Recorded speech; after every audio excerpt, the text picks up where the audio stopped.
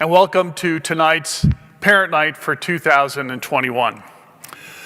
I'm so very grateful that you're joining us, and I think you'll be excited at some of the news that we have to bring to you tonight. But before I get started, please pray with me. Dear Heavenly Father, we thank you for your hand of protection on Westminster Academy. We thank you for the way in which you've guided us through this difficult pandemic. We thank you for the protection. And we thank you for the classes that we've been able to teach here at Ridgeway Baptist Church. Lord, we have seen throughout this difficult time that you've been faithful, and great is your faithfulness. Thank you for blessing us, for walking alongside us, for showing us the riches of your grace. We lift up the years to come, and we thank you for the opportunity tonight to be grateful for your faithfulness and to look to the future to see how you will bless the school as we go forward. And we pray for this blessing in Jesus' name. Amen. As I thought about tonight, and I thought about where we were last year, some remarkable changes. And so it caused me to think about the Voyage of the Dawn Treader. And there's Lucy and Edmund and Eustace in that front parlor room, and they start staring into a picture. And suddenly they get sucked into a picture and they're in a whole different world. Well, that's sort of what I felt like last March. And where were we last March? I think it's important to go back and to think about this. We had just finished game night. The parents had all gotten together. We had over 200 some parents at Southwind Country Club enjoying an evening together. Davies Owens had come and talked to us about the benefits of a classical Christian education and what it does for children. The dessert concert had just finished. We had celebrated Memphis in a wonderful evening of song and dance. And the 8th grade had just gone down to Aladdin, and it had a wonderful protocol. And so all these things occurred, and then a few weeks later, this slide shows what the Orpheum looked like. No shows, no people. We were just getting ready to send the seniors on their capstone trip to Italy. This is a few weeks later what St. Peter's Square looked like, totally empty. The world had fundamentally changed, and that's jarring, it's shocking. It's like jumping from your living room into the Dawn Treader, heading off on a journey, but nowhere near as exciting as the one that Lucy and Edmund joined in on. And so instead of an exciting journey, the question really became survival. How are we going to survive this? And people doubted all sorts of things because as you looked at this, everything had stopped. Normal life had changed. And so classical education has survived plagues for the past 1,500 years. But importantly, as classicists, let's look back to the past to learn from it in order to chart a course forward into the future. And so I remembered reading Robinson Crusoe. I remember there was a man who got cast onto an island and had to figure out what to do next. And it didn't matter what he wanted, he had to deal with what he had.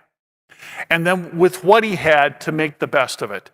And so really that's a great lesson for all of us, not to wallow in what we want, but to understand where are we and what do we have and how do we go forward. He also wrote a book that for many years, centuries in fact, was considered one of the 100 greatest books ever written, A Journal of the Plague Year, back in a journal of 1665. There wasn't a journal at all, but it detailed the day-to-day travails of living in London in the midst of the Black Death. And so he goes through that, and what fascinated me as I reread that this summer was how similar the way people reacted in 1665 to how we were reacting today. That we as humans hadn't fundamentally changed. That we needed faith, we needed hope, and we needed to avoid discouragement. And so these two books by one author provided tremendous insight as we decided to move forward. Because it's important to recognize that there was real fear back in March, fear we had to overcome. The children were home, businesses had shut down, the economy had tanked, jobs had been lost, and we were reading day in, day out of the terrible things that were occurring in Italy, in New York City, and right here in Memphis. This picture shows Pastor Tim Russell, who on March 30th passed away due to COVID complications. Tim not only was a beloved pastor at Second Presbyterian Church, he had also been the headmaster here at Westminster Academy. So this fear became deeply personal for many of us. And yet we have to work through that. And so we started to think about, well, where are we and what must we do? And as classicists for 150 years teaching, it became down to investing in the children. And first recognizing we had already completed 3/4 of a year really well. And so the teachers and the students had developed solid relationships. And so we quickly pivoted and started to teach electronically, distance learning. That's not our preferred style. In fact, I think it detracts from what occurs in our classrooms as I've gone and observed and looked at that specifically this fall. But what's important is we were able to do it and sustain the learning. And in fact, we completed 41 days of distance learning successfully and kept the kids moving forward so that the curriculum didn't go into standstill. And all that becomes very, very important as you look to this year. So we knew we could do distance learning, but the question is, could we come back to school? And so we've started to think about, instead of just surviving, how could we thrive in the midst of a pandemic? The two are not necessarily at odds with one another. So we could go in a pandemic and learn how to thrive in the midst of it. And so in the midst of all this fear and all this change, Christians did what Christians have always done. Christian parents and teachers focused on their faith and on the children. And the results were quite remarkable. We talked about some of the families who really struggled, lost jobs, had significant financial impact to their businesses. And so we ran a Bridge the Gap campaign. And importantly, that campaign enabled 17 children to stay at Westminster Academy. What a tremendous blessing in the middle of a pandemic. But it also forced us, if we wanted to get back into the classrooms, to rethink the classrooms. And so physically, Debbie, Adam, and I walked through every classroom looking at it. What must we change to be able to get the students into these classrooms? So rethinking a classroom from the very tight, close-knit environment we had created to now, how do we, in our classrooms, accommodate the new restrictions of social distancing and masking and constant cleaning? Well, in doing this, we needed help. And I have to acknowledge and thank Dr. Ashley Ray, pastor of Ridgeway Baptist Church, and the entire staff here, who, whenever we had a question, whenever we needed something, bent over backwards to help us every step of the way. That relationship between the school and the church has gotten stronger during this pandemic as we've helped one another and tried to serve one another. And so that's really important, that God is using two ministries in one building to serve Memphis. And I'm thrilled to be a partner with Ridgeway Baptist Church. But we also decided to try our summer camps. And so after July 4th, we came back, and Annie Kistemacher did a wonderful job of supervising summer camps. And we tested out the procedures we had drafted to see if they would work. And the kids came. And the kids had fun. And the kids thrived. And so we saw that in the midst of this, there were ways to run school person to person. We'd have to do it carefully. It would slow things down, but it was doable. And if it was doable, we felt burdened to make sure that we did it. And so the summer camps worked, and it taught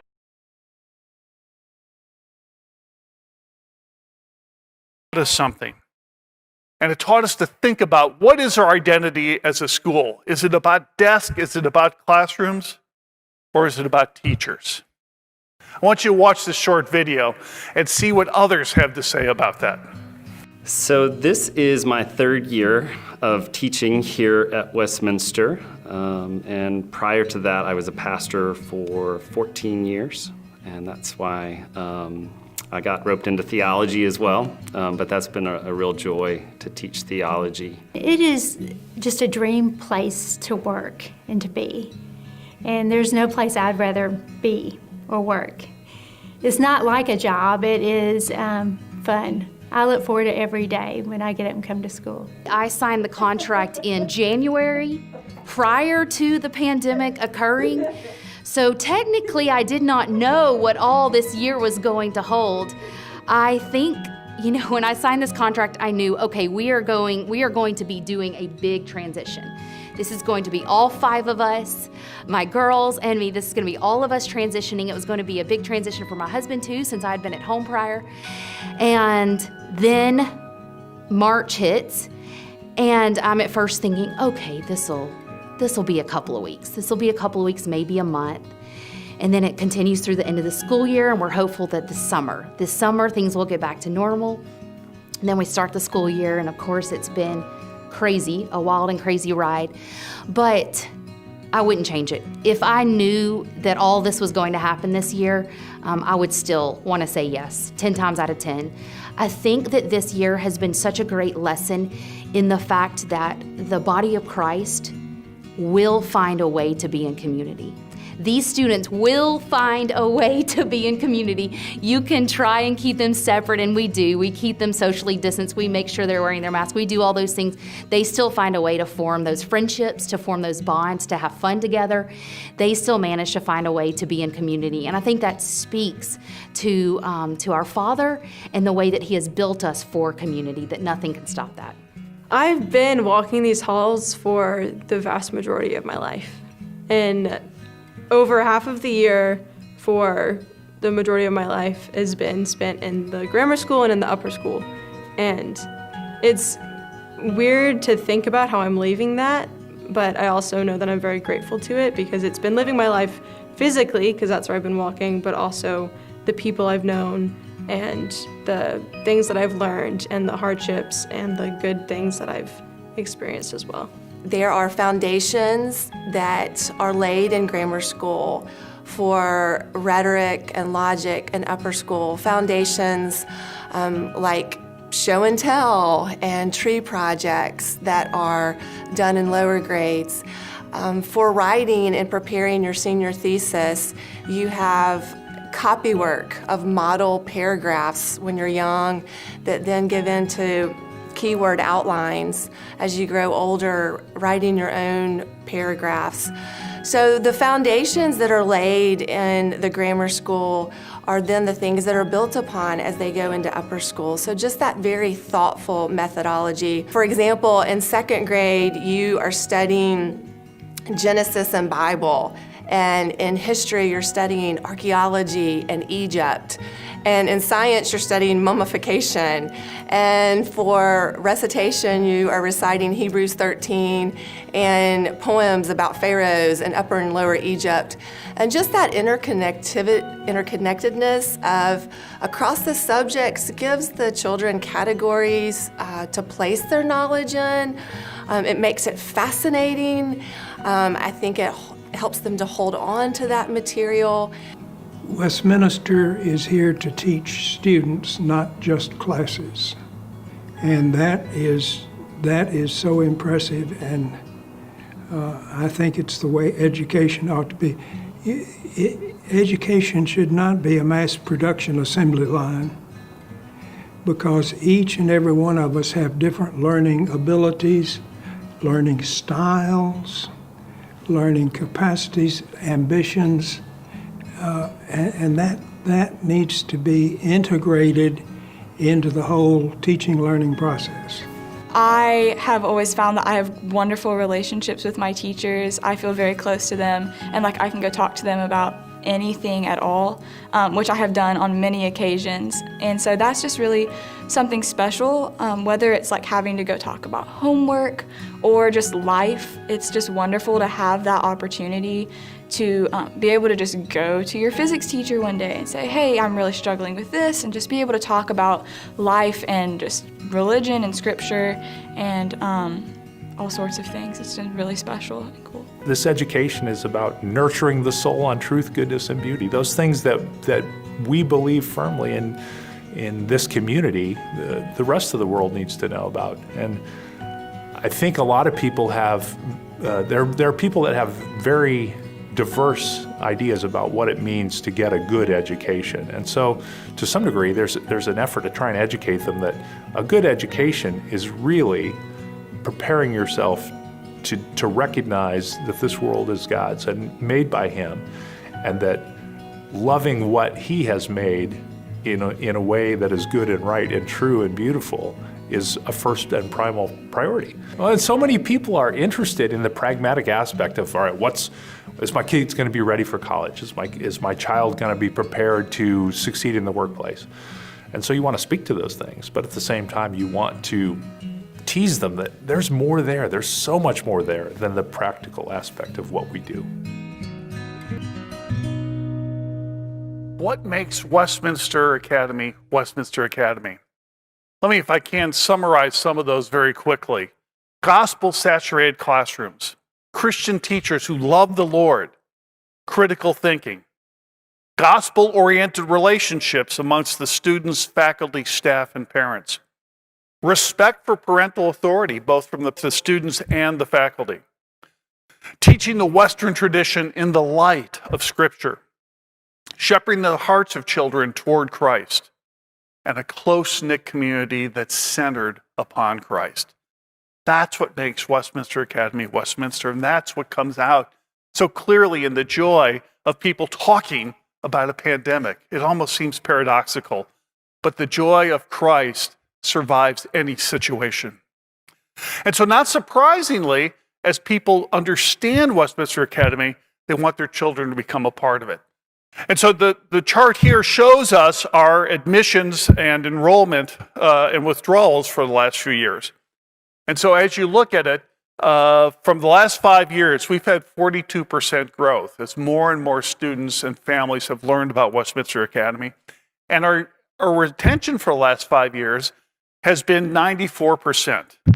Even in the pandemic, where we lost more than we thought we were going to, we still retained 94%.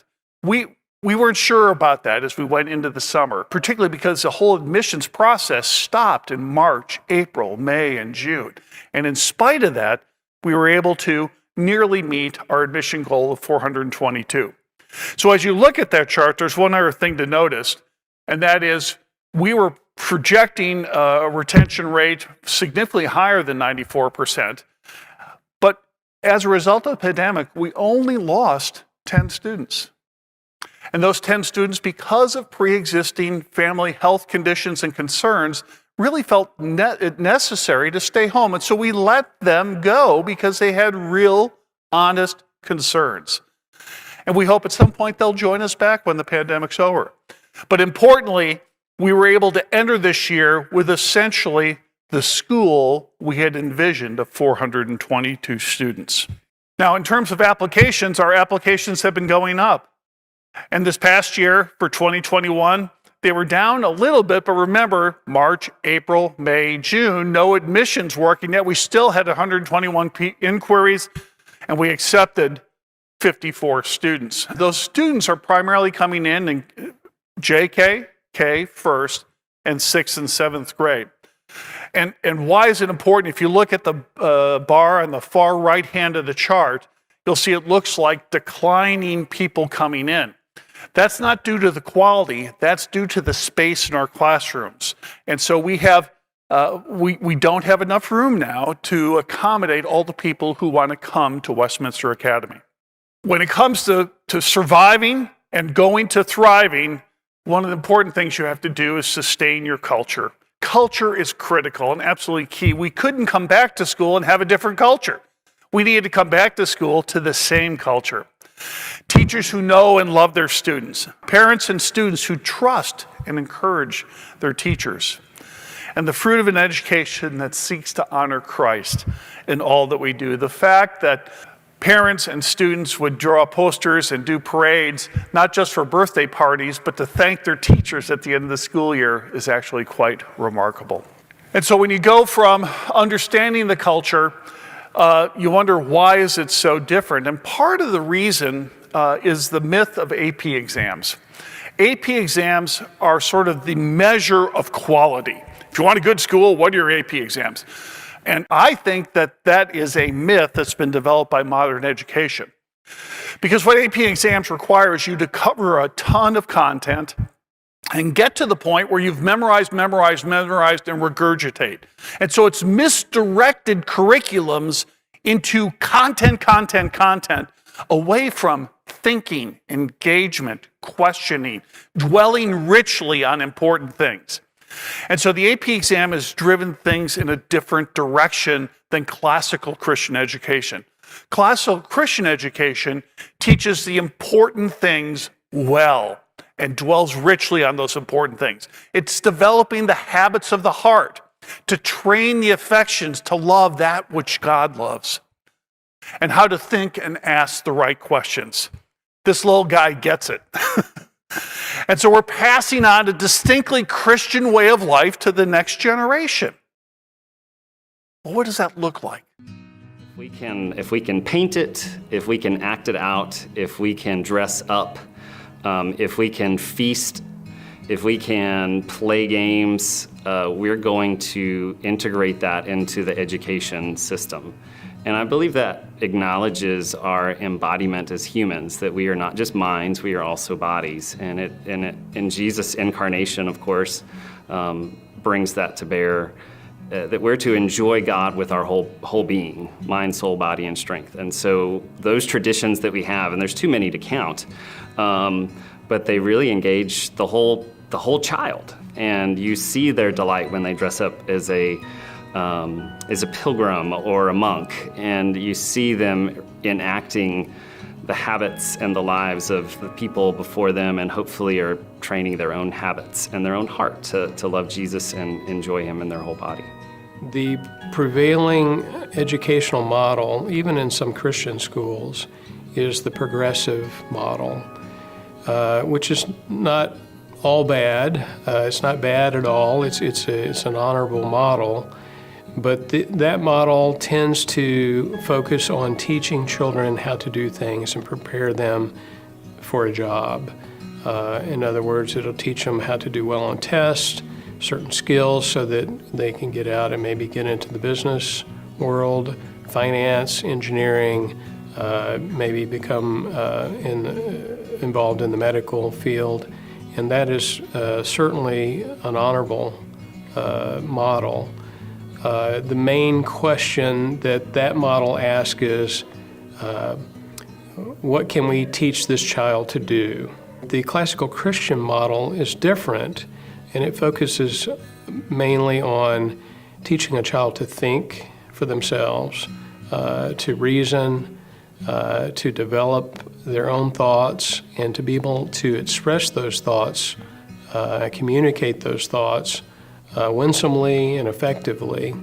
And the main question the classical model tries to answer is, who do we want this child to be?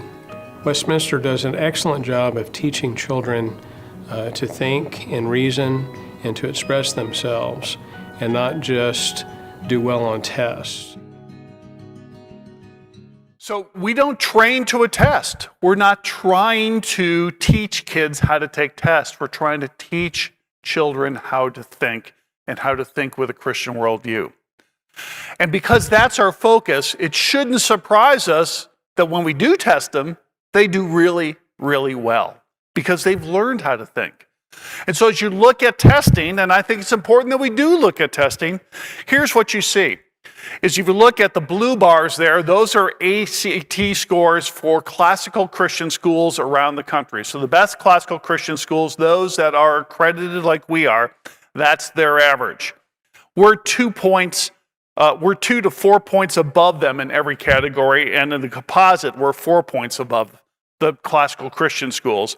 And we're a full 9 points above the national average. In terms of stay nines, that's light years apart. It's a huge difference. Our students are testing well. And this year's seniors are included in this. So this is 5 years of data that I've put up there, a 5 years average. If you look at our PSAT scores, you see similar things. A difference between ACC schools, other ACCS schools and us of 50 points. in reading and math, 50 points, and over 100 points total. And with national average, 150 points, 135 points, and almost 300 points different. Again, you almost can't compare the results that Westminster Academy has to those of other schools. The teachers are knocking it out of the park in the classroom on a daily basis by teaching children how to think well. But all that doesn't matter if, in fact, we can't, at the end of the day, keep the school in business. And so the business and the finances become an important part of this. And so what you see here is the revenue for the last year, and when I say last year, the year that ended in June of 2020. And so the revenue was $5.8 million, essentially. But what's important to note in this is it's driven by tuition. Tuition is what funds the school. The other fees that we get amount to only less than 3%. So we plan our budgets based on tuition. And we try to balance tuition along with our budget as we plan for the next school year. And there was tremendous uncertainty heading into this school year. So because we shut down in March, we were able to save some money, which was good. But as we planned for next year, there was tremendous uncertainty. So we planned for a normal program. We were able to take some reserves then into this coming year. But the giving of 5% there becomes really, really important, because that giving of 5% is what gives us that margin of excellence, that gives us the flexibility, that enables me in the summer, unsure of what's going to happen, to say, we're going to invest now for next school year. And because we have such a generous parent community, I was able to do that with great confidence. And so we ran the Stay the Course campaign in the fall to try and recoup many of those unexpected expenses. We spent over $138,000 on COVID-related things that we had no idea we were going to need to do. We more than made up for that in the Stay the Course campaign, covering all those unplanned expenses, but also enabling us then to keep some special events going so we could do those sort of things that had life and value to the everyday school experience. The Opera Memphis out in the field behind the CLC, the Tennessee Shakespeare Theater that we did here in the sanctuary, the evening Vesper services, and upgrading our internet and technology in the event we had to go back to distance learning. So lots of improvements going on in a pandemic year. And so I've given you a little bit of why it's important that we have that 5% of giving. But what do others have to say about why you should continue to give to Westminster Academy?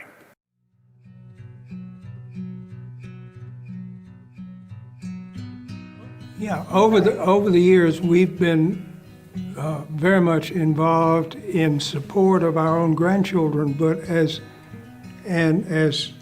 benefactors to the limited extent of which we're capable. But in addition, as cheerleaders for the school. We can support and pay to help with tuition for the grandchildren because we trust Westminster to teach them Christian values and so that they get a proper education. We are willing to do whatever we can do to send our grandchildren to Westminster. You can't control 100% of the atmosphere and environment of your children, but every percentage that you can add toward a total is important. And it's not just education. It's in terms of the intellectual. It is an education in terms of behavior and modeling relationships. The students need to look upon the faculty with increasing admiration as time and years pass, and with gratitude for the examples they set. This has been the best school that I could have gone to because it is where my family, not only my literal family has been, but also my family of friends has been. And even if I haven't been stuck in these halls, but even if I've been in these halls my entire life, I've loved them. And the people who I'm friends with now, I'm going to remember for my entire life. I'm very thankful to be at Westminster and to have all the friends that I have and the teachers that really care for my well-being, and I look forward to coming back in the future and seeing how this school has grown and continue to be a part of it and leave our influence here as my grade. Westminster prepared me in ways that I couldn't fully appreciate in college. And now as I look at the world being kind of tossed and turned and really just watching the blind, leading the blind really, I realize that my education had a very strong impact on my ability to anchor my faith in terms of being taught what truth is and being able to decide for myself what is right and what is wrong. One of the things I like to say about Westminster is that a day at Westminster was like a day with family. That by the time I was a senior, having seen the same people, having walked the same halls, having been with the same teachers, it felt like a day with family. And really, I think the way that my friends and I have been able to stay connected with one another throughout college, through jobs, through all kinds of things, has been a real testament to that.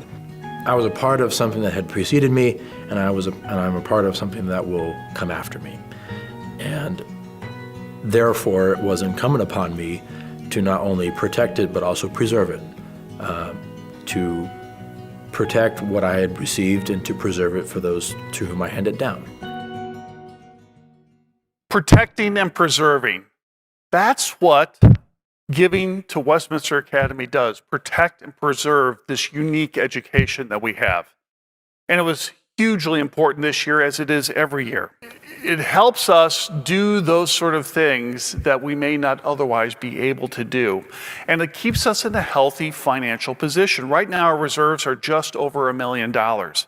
That's about 20% of our budget. So should, in the event of a tornado or a storm come through, electrical problem, smoke damage, flooding, we have 3 months of reserves to sustain the school or be able to move the school to another location if we had to. That sort of confidence that's given by the reserve is another reason why I was able to this summer, along with Debbie and Adam, buy the things we needed to be prepared for the classrooms this year. And this all goes against the expenses. And 66% of every dollar we spend goes to the teachers, to their salaries, to their benefits. And I think that's important. 2/3 of our budget is directly invested in the teachers. We spend 13% on tuition assistance right now, but for that 13% we spend, we get in excess of 20% into the bottom line. And so if you got that sort of percentage every year in your stock portfolio, tell me where you're doing it, because I want to invest there as well. The other things, facilities, academics, and administrative, we try very tightly and carefully to manage so that we keep our money focused on the main thing, which are the teachers. And so in terms of administration, in terms of budgeting, in terms of curriculum, it's always good to have people come in and take a look to make sure you're not making mistakes. Last year, we had Southern Association of Independent Schools come in and certify us as a member of that. And they looked at all that administration, and they looked at all the budgeting and the procedures we had in place, and they gave us a thumbs up of approval. This year, in the midst of a pandemic, the Association of Classical Christian Schools, ACCS, came to certify us as well as a classical Christian school. But their certification is very different. They focus on the classrooms. They actually go and sit in all our classrooms over and over again. They watch the teachers. They watch the students, both in the classrooms and in the hallways. They interview the teachers and the students. So very much operationally focused. What did they have to say? Well, I think it's really important. First off, no discrepancies. That's huge. No discrepancies.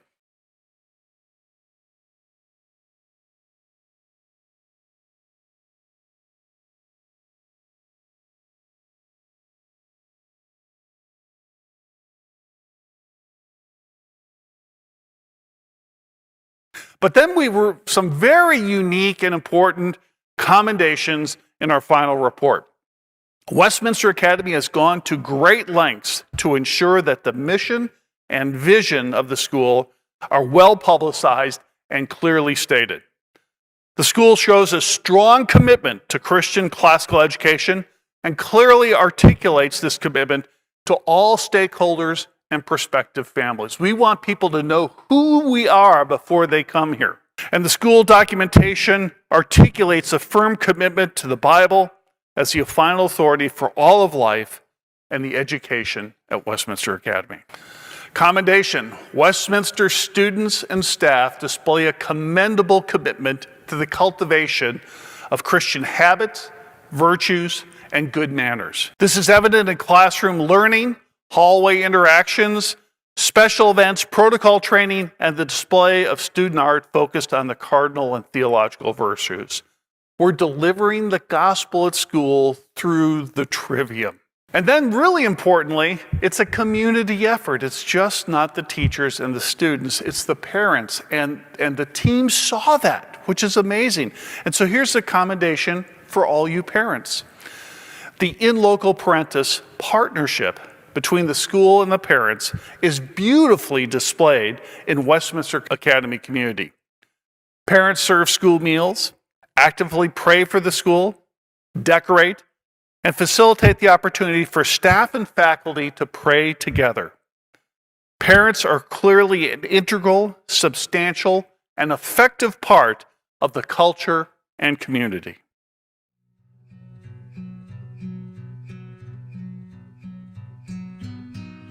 We're a really small school. We all know each other. You won't see anyone you don't know. But we really do a good job of making people who are really well-rounded. My favorite aspect of Westminster is that every day I get to engage students with the truth. And when they fall short of that truth, I get to tell them how I also fall short of it, and the gospel is there to help us. Whether it's in small things or in the big things of life, I get to talk about Jesus and the gospel every day. When we come to the school for a choir concert or a special event, a ball game, whatever it is, there's an atmosphere. There's a mood. You pick it up quickly. These kids enjoy being together, and they enjoy working together.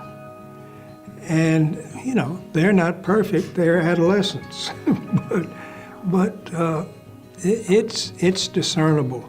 Just a few weeks ago, we were quarantined due to my husband testing positive for COVID, and I was blown away by how many people reached out to us, and parents of students who brought us meals, and fellow faculty who dropped off meals, and friends of my children who brought their supplies, and their teachers who brought home happies, and just kindness from these people that we've really only known for 4 months.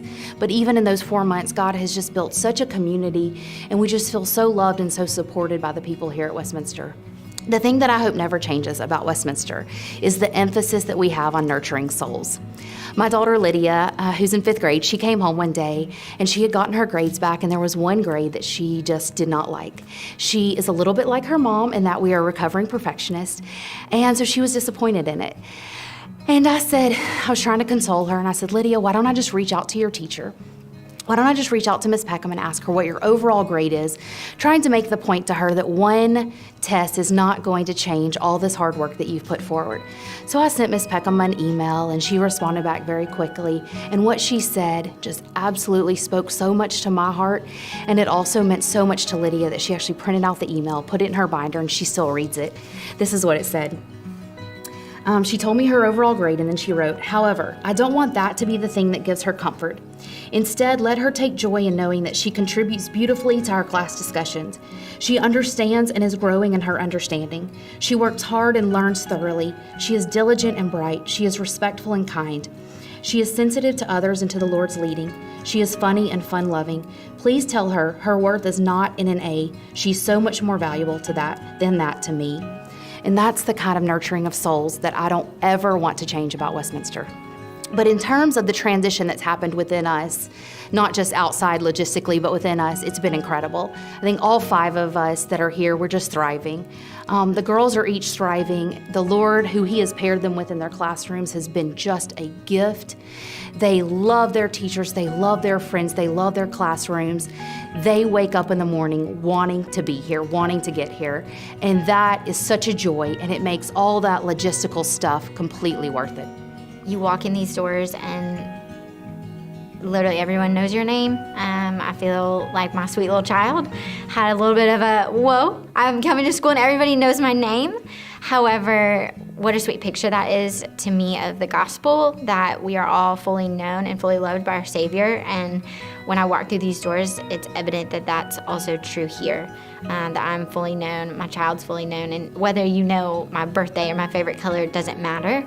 I know that we are seen, I know that we are loved, and I don't want that to ever change, because I know that that's one thing that makes coming in our doors easy. It's a safe place to be, no matter who you are, what your family looks like, and I think that that needs to stay the same. The classrooms are very warm, and they have lots of character.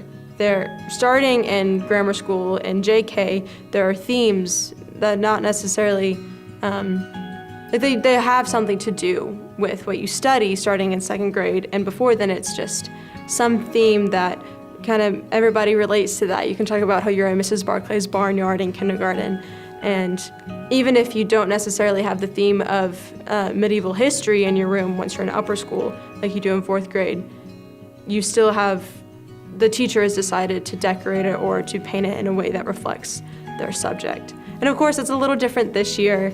The classrooms, we're able to make a bit more of our own home since we're there all the time. But even without that, it's always felt, it's more welcoming, because a lot of times classrooms can just kind of be cold walls, but instead there's color and there's character to it. The teachers, not only the teachers, but also the students want you to succeed and care about you and your well-being, and so they will do everything that they can to help you succeed. The community here is just so encouraging. They're so humble, they're so loving, and I have just made my best friends, not only with the teachers here that I teach with, but my best friends with the staff, administration, all the staff, the parents, and the students. Yeah, I'm the teacher who cries at the end of a school year because it's come to an end every year. Those testimonies capture what education at Westminster Academy is like, a community endeavor, a community knit together by Christ. And so from survival to thriving to flourishing, how can we continue to flourish? First and foremost, for our students. And what we deliver to our students that will last a lifetime is building them up in their faith, growing their confidence, and teaching them how to think. Those are skills that last a lifetime. Individual courses, individual tests, individual subjects may or may not stay with the child, but these disciplines form the core of who a person is. Why do so many children fail at college? Well, first off, they're unable to do the work. We at Westminster Academy ensure that our graduates are ready for college-level work if that's what they choose to do. Secondly, many kids don't fail at college because of the work. They fail because of the unstructured time. It's the decisions they make when they're off on their own. They spend 15, 16 hours a week in a classroom, but what goes on the other 150 hours? It's the decision of those other 150 hours that so often ruin a college education. And then secondly, where do they find their relationships? Are they looking and searching for Christian friends? Is their faith important in determining who their friends are? And for many and most of our Westminster Academy graduates, we hear them come by talking about being invested in campus ministries that's added richness and life into their college careers. And then finally, decision making. So many students have never had to make hard decisions or work on difficult projects and have to plan and schedule that when they get to college and have to do that, they're overwhelmed by the fact that these projects can't be done in an evening. Our students are trained and taught how to plan, how to manage, how to make decisions, when to say no to a social event because they have something more important that they have to do. Not more fun, more important. Our students recognize and understand this as part of their education. But in addition to students that flourish, we want our faculty to flourish, and that's so important because the faculty is our greatest assets. It's our product. When you see the students and the testimonies that they've given, they're not the product. They've gone through the process. The product is the process. And that process is orchestrated by a faculty that loves the Lord and loves your children. And so they build relationships. We give them time and opportunity by keeping them in small classrooms. We have a culture of active learning where the kids are engaged and forced to communicate and think and talk out loud. We also have a culture of care, caring for one another, caring for the teacher caring for the students, the school board and the administration caring for the faculty, and all of us as a community caring for one another. That culture of care is very, very unique and special.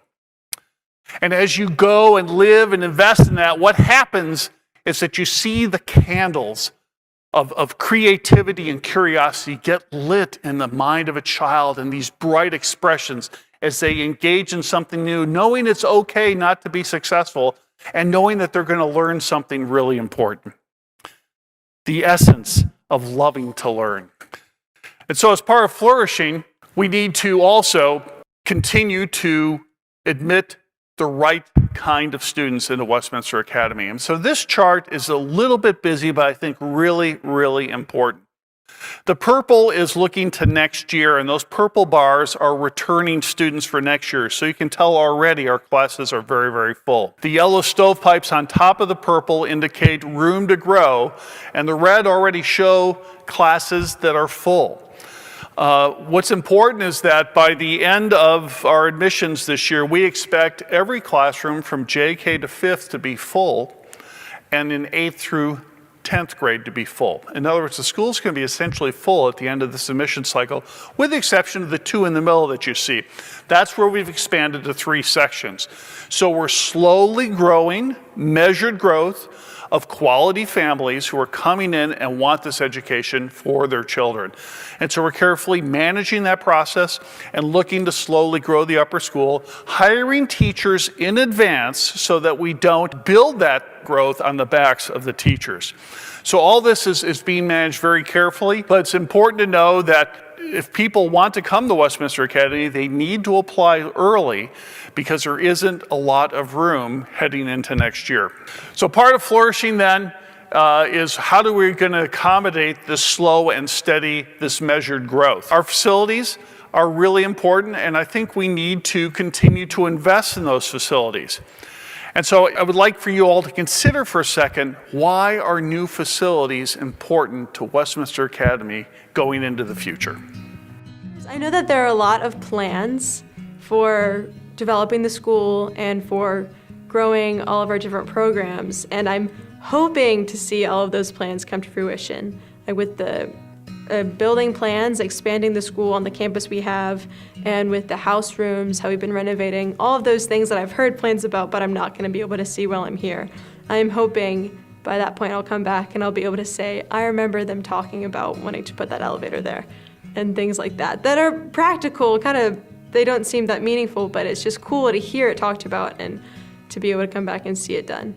To provide a beautiful place to come to school, to be able to teach, and provide the facilities that are needed for the growth of each student. I would love to have a really cool playground for the kindergartners, like the big plastic molded kind where they won't get hurt with metal and chains, and just those really cool playgrounds. I've always wanted to teach at a place that had a cool playground for my class.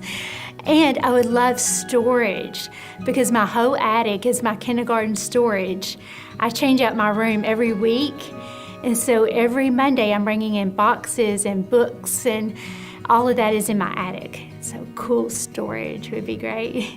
wow, in another 25 years, I think I may not recognize Westminster Academy. I think physically it's going to look different because we're always looking for the beauty in our school.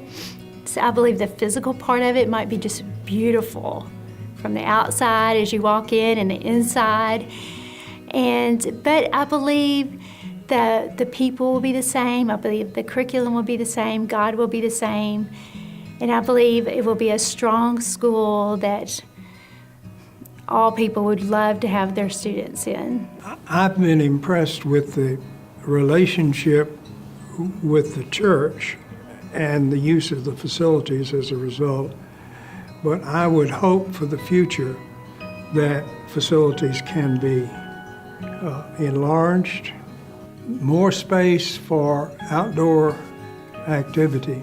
I do hope that facility-wise that we're able to grow there.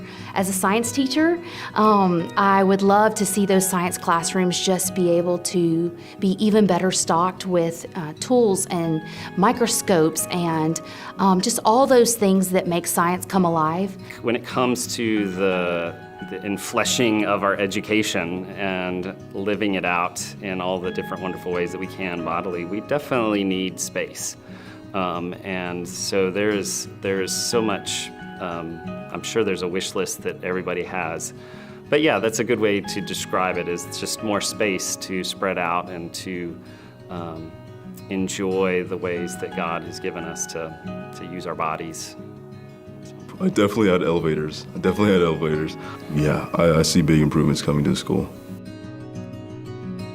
So if I could summarize some of what was said and add a little bit to that, importantly, we're growing sections, not class size. And so the way for Westminster Academy to grow and sustain our culture is to add new classrooms, not to make the classroom population larger. And so the school board and the administration are committed to that. We want to improve the safety and the security and the storage at school. We want to create more ability for academic support to help students. We want to improve the quality of our upper school science room. We want more offices for the people who support the education to work in, and we want study spaces for those students to be able to study in. Did I mention we need a few more bathrooms for a few more kids? So these are all important things, but what is important as we think about growing is we're not growing to do more programs. We're not trying to add a whole bunch of new courses and a whole bunch of new options, a whole bunch of new clubs and all that. We're growing to improve the quality of those classes and to offer those classes to more mission-fit families and their children. This isn't just polishing the apple. This is investing from the inside out in improving Westminster Academy. We're not a tell, test, and repeat school. We're a school that requires small classrooms for the information to get processed. We process information, we analyze it, we think about it, we question it, and we try to reach an agreement about it. So flourishing the school requires at this point for us to think wisely about how to grow. And so what sort of facilities should we imagine? The one-room classroom obviously worked for a while. The School of Athens did a wonderful job, but where do we fall in that continuum? So let's play a short video where Carter Hord, the president and chairman of Hord Architects, talks about his vision for Westminster Academy, his vision based upon coming to school and spending countless hours talking to faculty, staff, parents, and understanding who we are. Carter is a classicist himself and is excited about this project. So Hord Architects was founded in 1957 by my father, Lawrence Hord. So it's a two-generation practice, and it also includes my wife, Lisa Hord, who's also an architect and owner of the company. We specialize in nonprofit work, which includes primarily churches and Christian schools, and that's a specialty of ours. We have a lot of very talented designers. Most of them are Notre Dame graduates, but one in particular is Eric Ivers, who leads our design department. My background is also study architecture at Auburn University and Cornell University for a master's degree. We approached this project for Westminster with traditional and classical design sensibilities, which really aligns perfectly with the goals of the school, because our architecture is inspired by traditional and classical design ideas. And we use history as our guide, and we use different languages of architecture. Some people use the word style. We use the word language because you can be as creative as you wish if you work within a particular language. So some of the goals for the design are more theoretical and some are more practical. So other more practical goals are things like providing a more clearly identifiable entry, providing a building that reveals itself to the community, that raises the profile of the school in the community, one that is easily to identify without a lot of signage. So if you arrive as a visitor, you should be able to find the church or the school without a lot of signage. So those are some of the more practical goals. The design, we believe, should have a certain presence to it. It should have a certain gravitas, if you will, to let people know something important is going on here. An inspiration for the design also includes a painting by Raphael, and it's called The School of Athens. The School of Athens is this beautiful traditional painting, and it's got an image of Plato and Aristotle, and they're having conversation. That painting inspires both education and higher level of thought, but it also has architecture elements in that painting that you'll find in your building and in the proposed design. So we feel like that's sort of a thesis, if you will, for the building and what we're hoping to accomplish.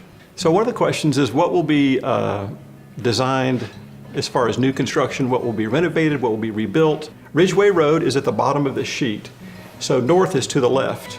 So the south wing is the grammar school wing. It will be renovated and it will have a whole new facade on the face of that portion of the building. The whole midsection will be completely demolished. The whole entry sequence will be removed and be rebuilt as a two-story atrium. And it will have a large balcony that wraps around the upper level, and it'll have natural light that floods in, and it'll be a very strong sense of arrival. The north portion of the building, there's a one-story wing in front of the current playground. That portion will be demolished and we will build back a two-story building. The two-story building is a real key piece of the puzzle because right now the second floor of the high school doesn't connect with the second floor of the grammar school. But on the ground floor, this large atrium or gathering space is like a circulation hub, if you will. So it's a main identifier and gathering space for the whole community. It has a large monumental stair that leads upstairs. It has a library that has a curved facade that lets a lot of natural light in on the west side. And there's also space for junior kindergarten, choir room, and the purple spaces over here are spaces for the church ministry, children's ministry use. There's also a playground on the east side of the campus that would be incorporated onto what might be considered the back of the building. And then this red block of space is really all office administrative. So the office administration will be very easy to find, be very intuitive if you arrive as a visitor, where the administration is, and they'll be able to also help with security, keep an eye on the front door and be the sort of gatekeepers of the building, if you will. The second floor helps describe the whole circulation knitting together as I described. So this portion of the building will all be new construction, and the sixth grade classrooms, piano lab, conference room above the library. This circulation pathway right here ties into the second floor of the upper school. And it also ties into the second floor of the atrium with the balcony that wraps around the two-story volume. And it ties into the grammar school second floor. So now the whole upper level is unified. It'll all be handicapped accessible. There'll be an elevator right here to meet the Americans with Disabilities Act. And there's also a feature right here that's open to below. This space right here lets natural light come down through the building and help bring natural light to classrooms that currently have no windows in them. These upper school classrooms along the current west facade will now get natural light. And one of the things that was requested by all the stakeholders were more and better bathrooms. So I'm pleased to report that we have new restrooms on both levels. And the new restrooms would fall in this location right here in the gray men and women's restroom, also family restrooms here and here. And also renovated restrooms in the grammar school building at the south end. And we also have new restrooms on the upper level off the second floor of the atrium here and here, brand new restrooms with new finishes and new fixtures. I'd like to also mention that the upper school will have some renovations as well. And there'll be some study rooms over here on the back side of the building, and also some off the conference room there will be things like middle school principal, college counseling, and director of academic support. And if you look at the facade, you'll learn that hopefully it's very easy to figure out which building is which without a lot of signage. The entry, as I mentioned, should be very clear and strong.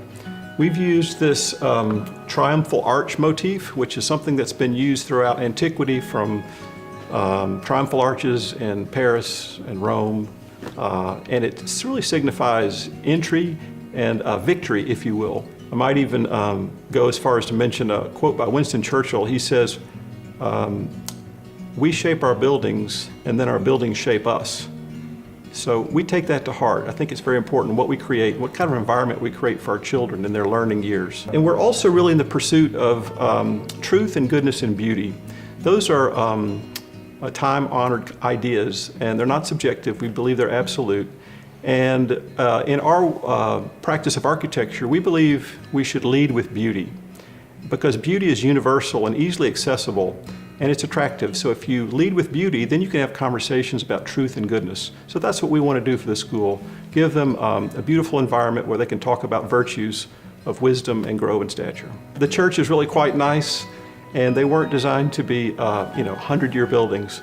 They were designed with a shorter lifespan. So what we want to do is transform the campus, both inside and outside, so that the circulation and the interior and the finishes all feels brand new. And also the exterior of the building, even though lots of the building will remain, we want it to feel like you have a new building. So if you enter the front door on access through this main entry, you will see the atrium. This is a three-dimensional drawing prepared to give you some sense of what it might be like on the interior. You'll have large monumental order of two-story architectural columns that will be architecturally correct and be teaching tools in and of themselves. You'll have circulation that wraps all the way around the second floor with balcony to overlook, so participants on the upper level can be part of the main gathering. You'll have natural light that comes in through clear story windows up high, and the building will sort of reveal itself. This is the office administrative area, and it has some traditional interior detailing with interior transparency so that you can see and monitor people coming and going. So we feel like this will be a very powerful space, and hopefully people will really appreciate the value of traditional and classical architecture and classical education as well. We listened carefully about how carpool works and how tricky that can be. So this is the site plan. The brown portion is the new construction. The blue is existing or existing to be renovated. This is Ridgeway Road at the bottom of the drawing, and a couple of key changes to the site plan. There is a curb cut right here that we're proposing to remove completely. So you'll have one main curb cut on Ridgeway Road, and it will line up with McInnes Street across the street. So by making that alignment, we make the turning motions more intuitive and logical, much like another intersection. We also line it up with the new facade, which will be very strong. You'll see it on axis as you approach the campus.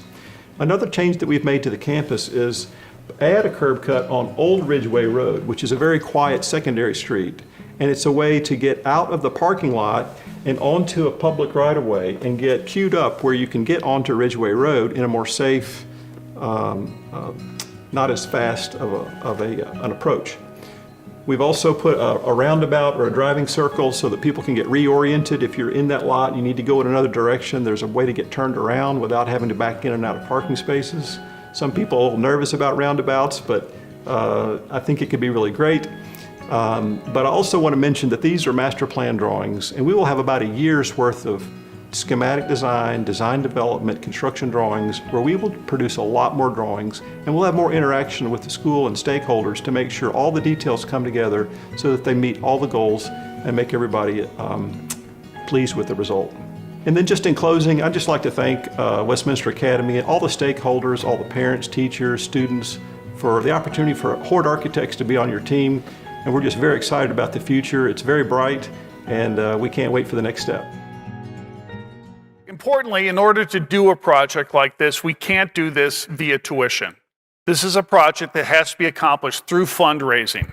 And so right now we've engaged the Focus Group, which is a Christian fundraising group operating out of Jacksonville, Florida, that's helped many Christian schools across the country, including Christian colleges, to do a feasibility study. That feasibility study will determine what we think we can raise in order to be able to move forward. And then once we do that, we'll make a decision if we feel it's ready to go ahead and move into that capital campaign and raise those funds. And so please prayerfully consider what could be your role in helping bring a new Westminster to fruition. So as we think about all that going into next year, we have to set tuition. And again, tuition that is not designed to fund that building, but tuition that's designed to support next year's operation focused on the teachers. So we have a limited ability to grow tuition revenue through new students, except for that additional classroom in 6th and 7th grade. We're planning a 10% increase in medical insurance. We're planning a 2% faculty raise, faculty and staff raise. We're going to be paying Ridgeway an additional 3% next year for the use of their facilities. We'll be renting the summer CLC. And the cleaning service we had this year has proved to be so effective in keeping the building clean with the new students here, and also in freeing markup to be a better servant to the classes, the classrooms, and the things, the special events that we're doing, that we're going to keep that moving forward. So cleaning service is going to become a permanent part of Westminster Academy, and it will also help the church as we do a better job of caring for their facilities. So these are considerations that we have, and so ultimately, as you look at this square, tuition has to be set based on those salaries, which is the bulk of it, and then the facilities, and then you have to make a educated evaluation of where you anticipate enrollment to be. And so we view that next year that a realistic and achievable goal is 440 students. So we base the budget on that for next year, which is a growth of about 20 students. Where does all that leave us?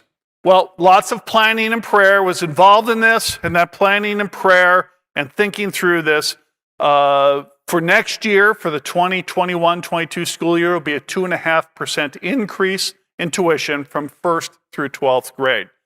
Please understand that that 2.5% is going to be targeted primarily at the teachers and their salaries. And so right now, we've gotten our teacher salaries up to be on par with those across Memphis. And that's an important achievement. And so something that we've needed to do and been working on for a long period of time. To break down what does that look like, it's about $30 a month more for 1st through 5th grade and $35 a month more through 6th through 12th grade. So looking into next year, hopefully the vaccine and the pandemic will be behind us, but we're ready to flex wherever we stand. We're not going to wish it away. We're going to evaluate it and make the right decisions as we go. And so we've been able to survive a very difficult time that some schools haven't. We've been able to thrive in the midst of the pandemic and have in-person education and invest in your children. And now we're flourishing and looking ahead to coming out of the pandemic a stronger school, a better school, with a faculty who loves what they're doing. And so all this fits together to tell a picture of God's faithfulness to Westminster Academy, something we should all be incredibly grateful for. And so I want to thank you all for your support this last year. It's been a difficult year for many of us, but consistently through that, the faculty and staff and I have felt your support, your... Hi. Hi, Elizabeth. How are you? I'm wonderful. How are you, Ralph? Good, good. I decided to get out of the suit and put on my Mr. Rogers sweater, so we'll have a nice little chat here. Oh, good. Well, I think we all enjoyed the video, and now we do have some questions that have come in. And so I'll ask those, and I'll encourage everyone else to keep typing in those questions, and we'll answer as many as we can before we wrap up here in about 20 minutes. So one of the ones that came in is, can you just reiterate for us, Ralph, what all of those dates mean that are coming up, the perpetual enrollment and all of those deadlines that we have in the next couple of weeks? Absolutely. And it's important that you lay out a process that has time between dates so that parents can accomplish the things they need to do for admission. And also the school can do the processing of that stuff once it receives it. And so as of tomorrow, for all of the siblings who have applied, of current students, they should be receiving their contracts if they applied in time. And tuition assistance for those who applied in time will also come out tomorrow. So you'll be able to see where you stand entering next year. And it gives us time then, if there are questions or concerns, to address those. And so this isn't a one and done. We want to work with people through this process. that's the last thing that will happen until February 1st. It's February 1st where perpetual re-enrollment kicks in. If a parent does nothing, their children will automatically be re-enrolled on February 1st, and there will be no re-enrollment fee because there's no work involved on our part anymore to do re-enrollment, which obviously you're smiling because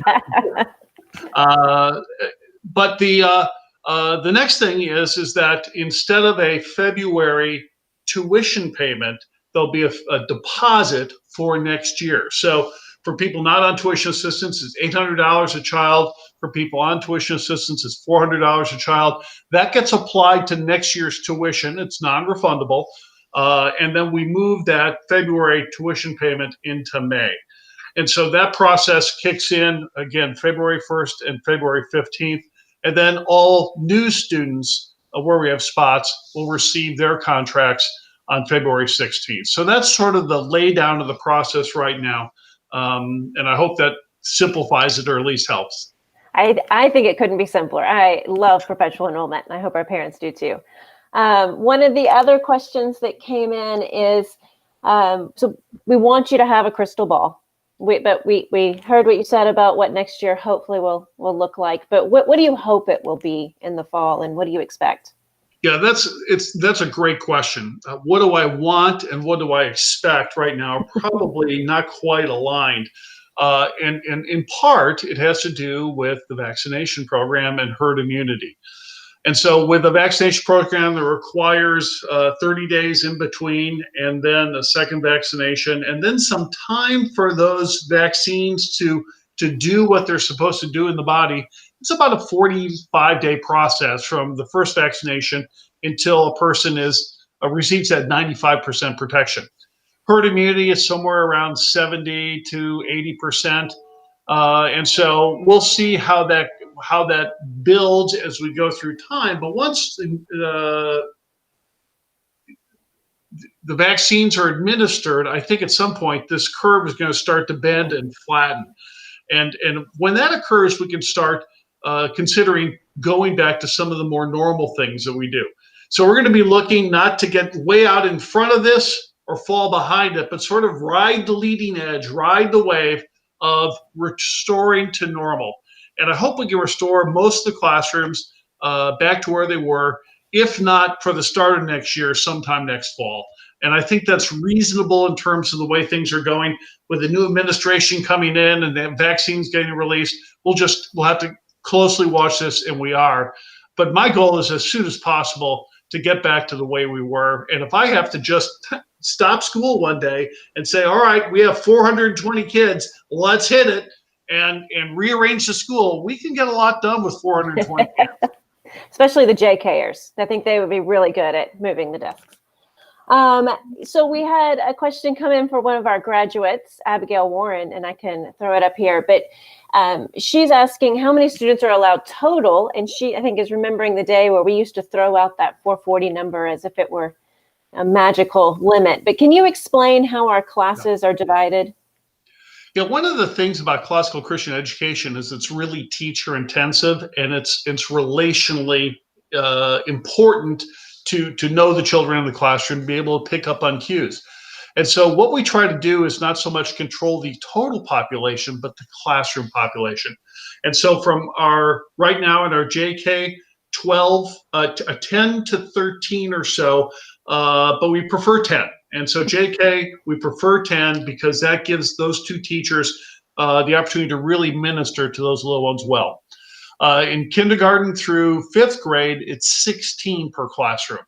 And we try very hard to hold those limits unless a new teacher comes that has children, and then I have to go to the school board in order to change those. When we get to 6th grade and up, the limit is 18. And so right now we have 3 sections in 6th grade and 3 sections in 7th grade for next year. So we'll go more, but in effect what's happening is we won't fill all 16 of those.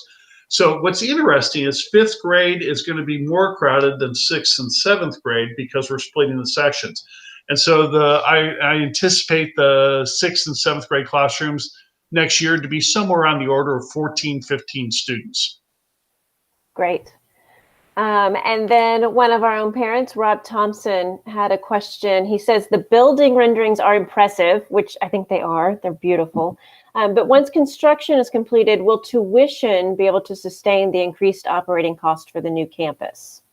Yeah, that's a great question. Now, some of the things that we're hoping to accomplish by getting new air conditioning units and new electrical wiring and LED bulbs is to save costs as a result of designing new things in, better ventilation, better heating and cooling, better control over the water that's used. So hopefully we'll save cost as part of this process.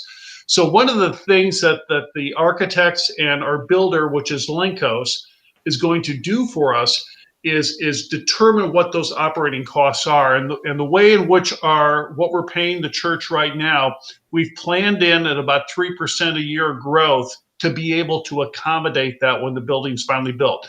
So it's important. If our rent stayed flat right now, when we built a new building, we wouldn't be able to afford it. But our rent isn't flat; it's slowly going up, and because of that, we feel as though in the 3 year, potentially we could have new classrooms in 3 years. There's about a year of architectural work, a year of permitting and things, and then a year of construction. And so potentially in 3 years, depending on what funds are available. So we think that by that 3 year point, there's more calculation to do, but that we'll be able to maintain a steady tuition rate, slow, steady increase over time that parents can afford that will, in fact, pay the operating costs.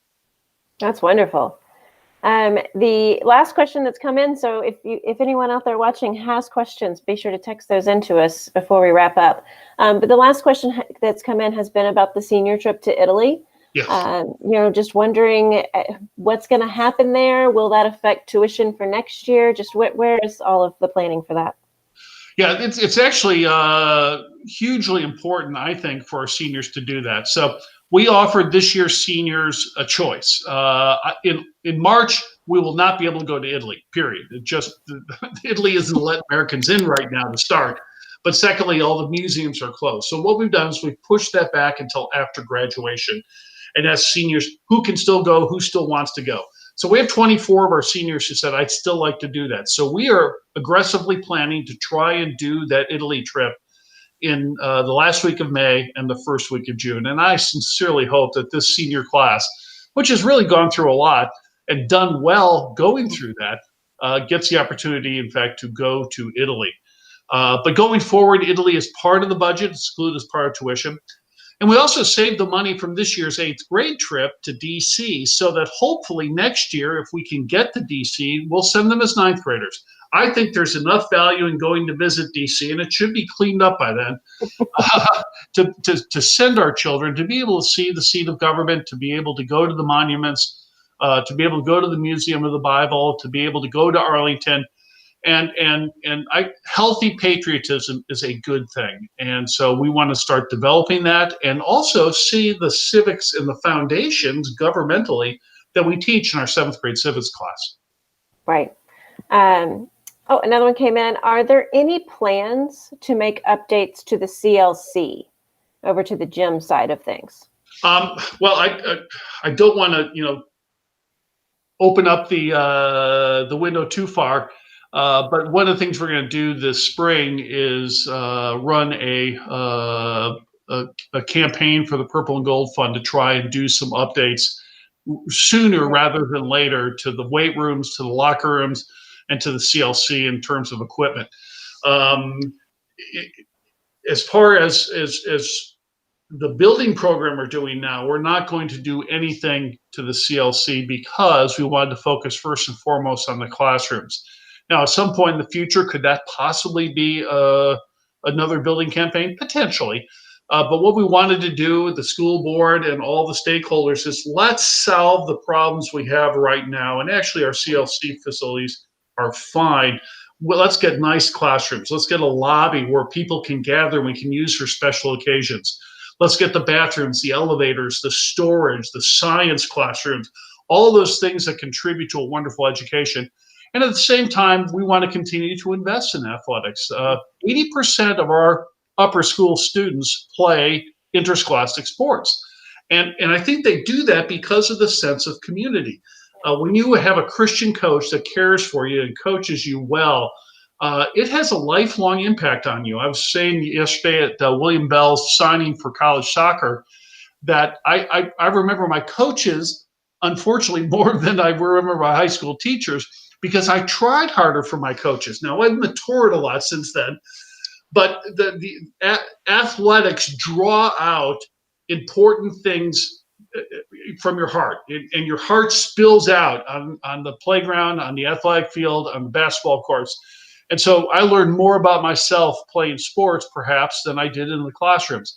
And that is an important side of this. And one of the things that I'm so excited about is Louise Ann Dawkins and a group of pastors and coaches are working on a coach's handbook so we can kind of institutionalize for our coaches important things about what it means to play sports as a Christian and to teach our children those life lessons and character lessons that sports are uniquely suited to do. Oh, that's wonderful.